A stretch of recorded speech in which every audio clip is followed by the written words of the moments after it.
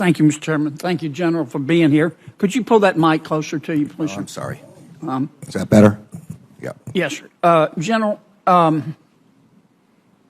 think the Justice Department is losing. I think you're losing on crime. I think you're losing on drugs. I think you're losing on immigration. I think you're losing on Chinese espionage. Let me start with crime. What percentage of cops in America do you think are bad cops? Very small percentage. Like how small?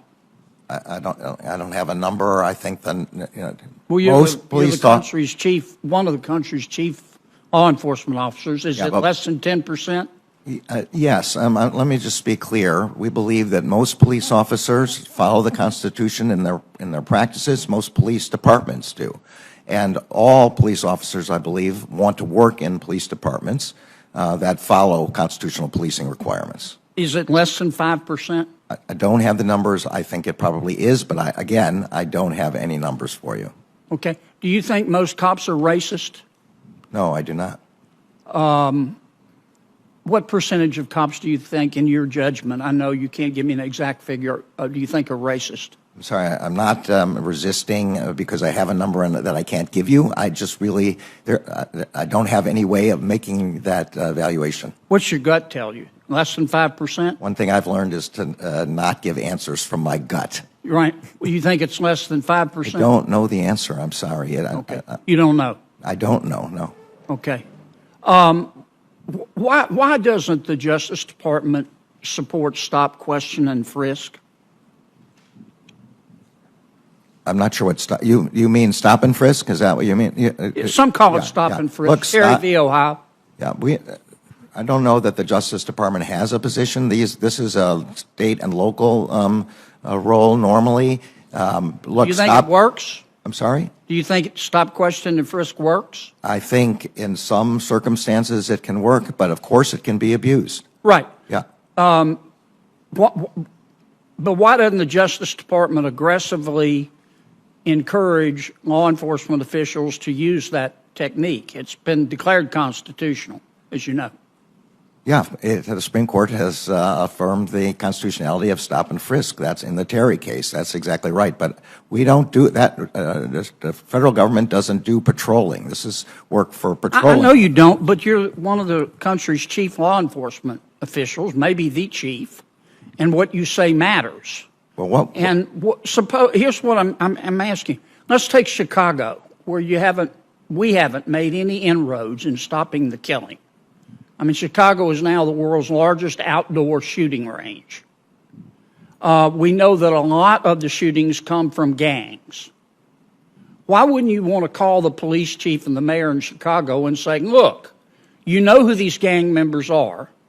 When you have reasonable suspicion under Terry v. Ohio, an objective standard, more than just a hunch, why don't you aggressively stop, question, and frisk these gang members? You'll get guns off the street, you'll get drugs off the street, and you'll get a lot of gang members off the street, and you'll stop people killing each other. Why won't you do that? Look, the best way for the federal government to stop violent crime is to work at each local level and determine and let the state and locals determine what the best use of their own Judge, resources I'm sorry for interrupting you, but I'm trying to get some answers. I'm sorry. Why won't you do that? Just tell me why you won't do that. Your opinion matters. Because there is no one solution fits all that the federal government can suggest to state and local law enforcement. We believe state and local law enforcement knows best as to what to do there. We provide. It's not working. We provide our technical expertise. We put lots of resources into joint task forces. Well, General, is that, I know I've got to shut this down. I've only got 15 seconds. Is that why you're asking in the middle of a raging inflation for 7% more money, $2.63 billion to provide technical technical advice? I mean, we're going backwards here on crime, General. You're the country's chief law enforcement officer. And you won't even answer my question about how you feel about stop, question, and frisk. Why should we give you I more think money? it's a resource allocation issue for each local police department. I believe that the Justice Department does the best by putting the money that we're asking for is increase in law enforcement that can be assisting the state and locals. But General, in is the best that what way. we're supposed to tell the mothers of those kids getting killed in Chicago? You don't understand. It's a resource allocation issue. No, what you're supposed to tell the mothers in Chicago, and what I told them when I was there, was the Justice Department was there to provide all the resources that this subcommittee will give us to stop violent crime. But yet the you more won't resources you try can give to us. stop, question, and frisk. That is a question for the state and the local, for the state and the local law enforcement. I didn't go over as much as Manchin did, Madam Chairman. That's not the standard by which we judge behavior. Thank you, General. You're welcome. Now, Senator Van Hollen.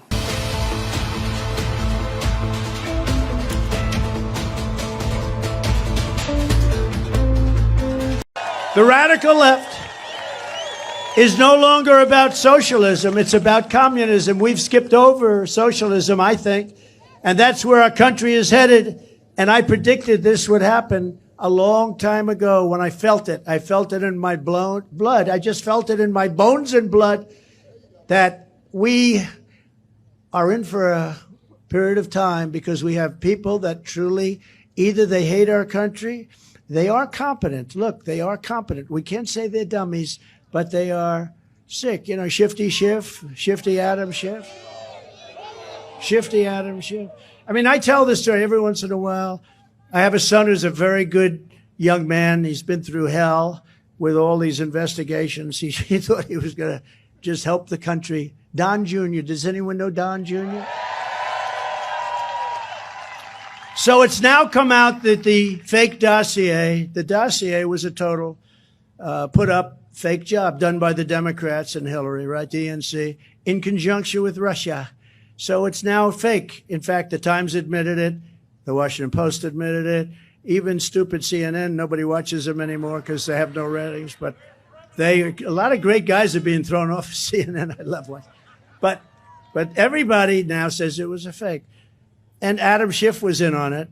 But I see Adam Schiff a few years ago come out to the microphone just like this. Now think of this. He helped devise a fake scheme. So he has a fake scheme, and he comes out to the microphone, and he knows it's a lie, and he said, I have just witnessed horrible, horrible events and a horrible document, and I believe Donald Trump Jr. will be serving time in prison in the very near future. Now think of this. How bad are you when you tell somebody, anybody, I don't care, president or not president, somebody's son is going to go to jail, and you know it's a hoax. You know it's fake. Uncle Sam, do you agree with that? Now think of it. You know it's a hoax, and he's saying that my son is going to jail on something. These are bad people. These are sick degenerates. If the Democrats win, the communists win, and soon they will send their thugs, their criminals, their angry left-wing prosecutors, and their new IRS agents who are allowed to carry guns. You know that, right? After you. And it's interesting because, you know, they're fighting against our Second Amendment. No guns, nobody can have guns. And yet IRS agents are allowed to have guns. Explain that one. If Republicans win, the communists lose, the globalists lose, the deep state bureaucrats lose, the Silicon Valley censors lose, the corrupt fake news media bosses lose, and the rhinos lose. But America wins and wins big, and that's the only thing that will matter. The only thing that will matter. This election is your chance to send a strong message to all of the arrogant left-wing radicals who want to dictate what you can say and what you can think and how you are supposed to lead your lives with your families. With your vote, you can humiliate Joe Biden, not that he hasn't been humiliated enough, the media and the corrupt Democrat machine, and you can declare that America will always remain a free and fair country.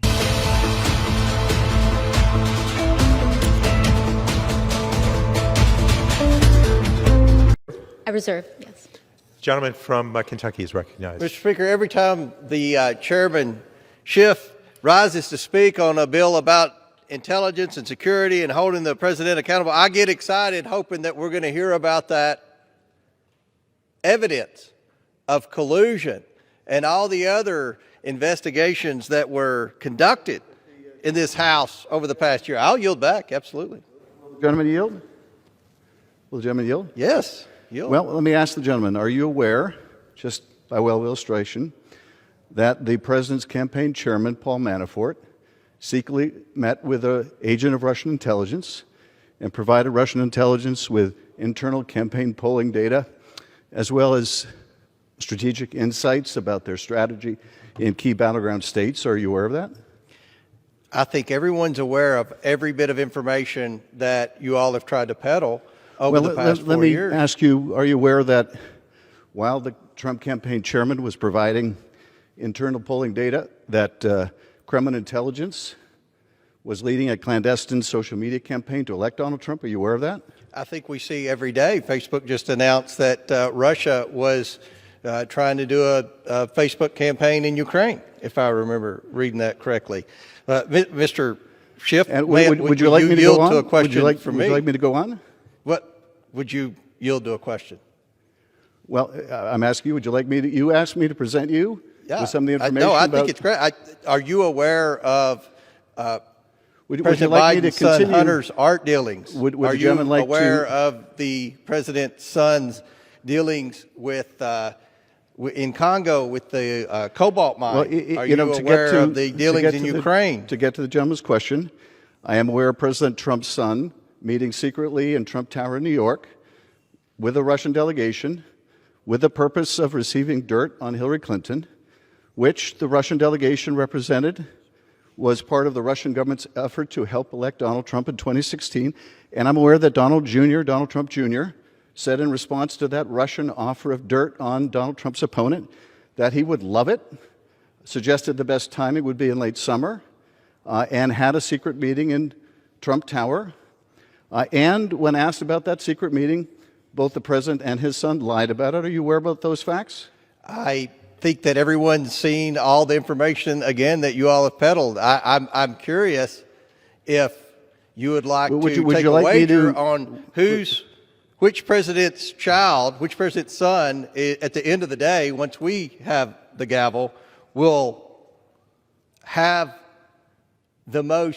be the most security risk to our nation. So I'm happy to continue to outline the contacts between the Trump campaign and Russia, their solicitation of Russian help in the election, the former president's effort to coerce Ukraine into helping him cheat in the election.